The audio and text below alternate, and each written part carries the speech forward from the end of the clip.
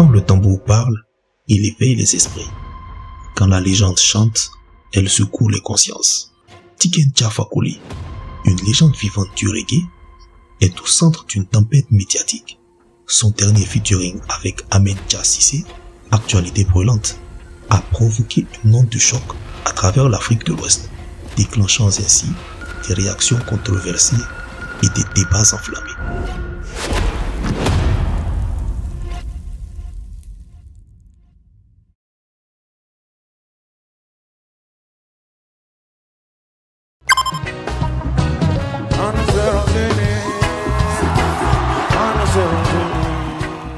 Tiken Jah Fakoly est l'un des plus grands artistes reggae de l'Afrique. Non, que dis-je, de la planète. Mais sa dernière sortie, actualité brûlante, risque de remettre en jeu toute sa crédibilité. Dès que tu critiques un peu, c'est le front ou la prison. Les paroles incisives de la chanson critiquant la liberté d'expression dans l'AES ont mis le feu de poudre. Certains accusent Tiken Jah d'être un agent de manipulation politique, tandis que d'autres le défendent farouchement. Cette controverse révèle des fissures profondes dans le paysage politique et musical. Le morceau Actualité brûlante a rapidement capté l'attention, atteignant plus de 500 000 vues en seulement 5 jours.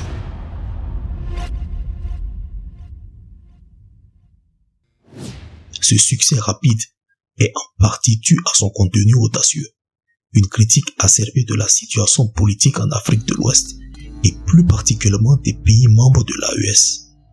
Les lignes provocantes, comme vous l'avez sûrement remarqué, comme ne gâtez pas l'AES, la liberté d'expression mangée par la révolution, ont particulièrement fait réagir. Ces paroles mettent en lumière les tensions politiques et la répression perçue dans la région. Les réactions n'ont pas tardé à s'intensifier. Certains accusent Tiken Jah d'être un instrument de manipulation politique soutenu par des intérêts étrangers. Une activiste au Burkina Faso a même suggéré que Tiken Jah est en colère après avoir échoué à obtenir un financement pour un projet, ce qui l'aurait poussé à critiquer le régime en place.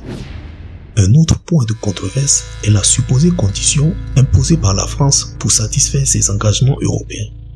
Mais ce que certains semblent oublier, c'est que Tiken Jah a énormément contribué à la musique et à la société africaine.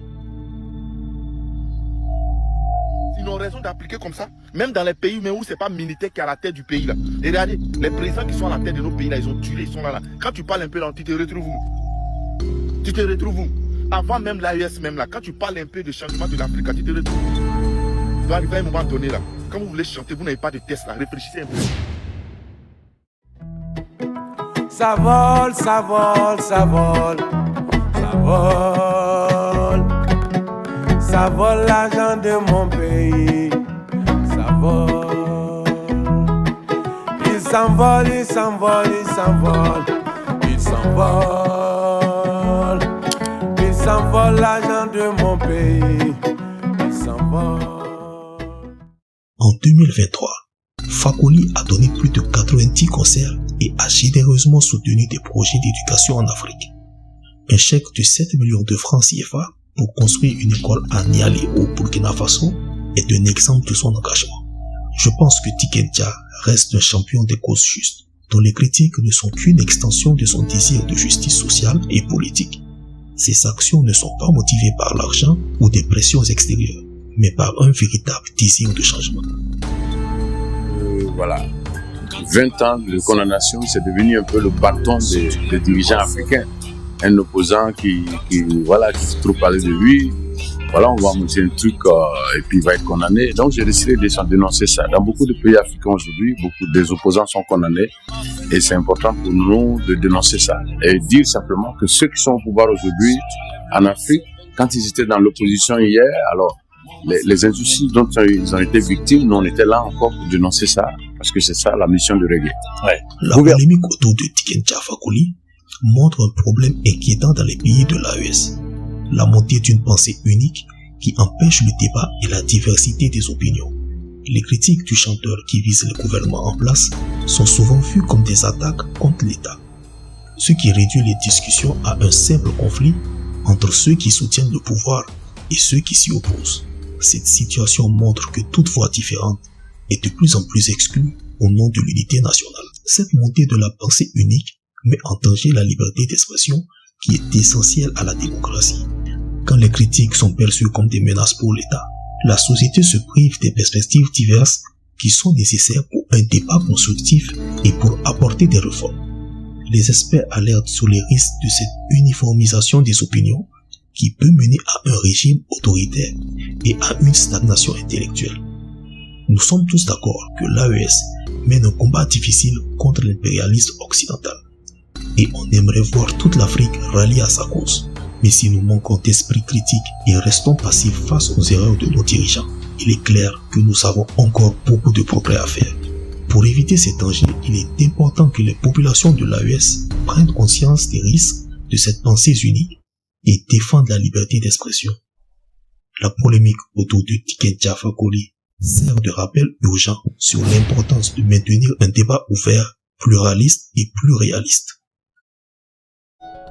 Oh tata, fonika ya fama. Ta, fonika ya fama. Tata, fonika ya fama. Oh tata, ya fama. Tiken Jah Fakoly, ce monument incompris, est-il pris dans une mêlée complexe de politique et de musique? Quoi qu'il en soit, cette controverse souligne l'importance de la liberté d'expression et la complexité des enjeux politiques en Afrique de l'Ouest. Parce qu'ils voulaient nous défendre et on n'a pas le droit de les oublier. Donc c'est pourquoi je chante encore Samori Touré, qui est le dernier résistant. Je chante encore Patrice Lumumba, Thomas Sankara, etc. Martin Luther King, Malcolm X, des gens qui ont pris position pour des causes. Malgré qu'ils avaient des familles, qu'ils avaient aussi peur de mourir, mais ils ont accepté d'aller au front pour nous. Et pour moi, c'est des gens à ne pas oublier. Et je souhaite que des monuments, en tout cas, soient montés un peu partout, que des films même soient faits sur ces gens-là pour que les nouvelles générations puissent comprendre un peu ceux qui ont donné, connaître un peu ceux qui ont donné leur vie pour nous. Ouais. Alors, dites-moi, qu'en pensez-vous? Les critiques de Tiken Jah sont-elles justifiées? Ou est-il victime d'une manipulation politique? Partagez vos réflexions dans les commentaires, abonnez-vous pour plus de contenu et restez connectés pour découvrir comment les grandes figures de la culture africaine naviguent à travers les tempêtes contemporaines. Nos bras sont forts, mais d'autres profitent du trésor, nous laissant dans la pauvreté. Ça vole, ça vole, ça vole, ça vole, ça vole l'argent de mon pays. Ça vole.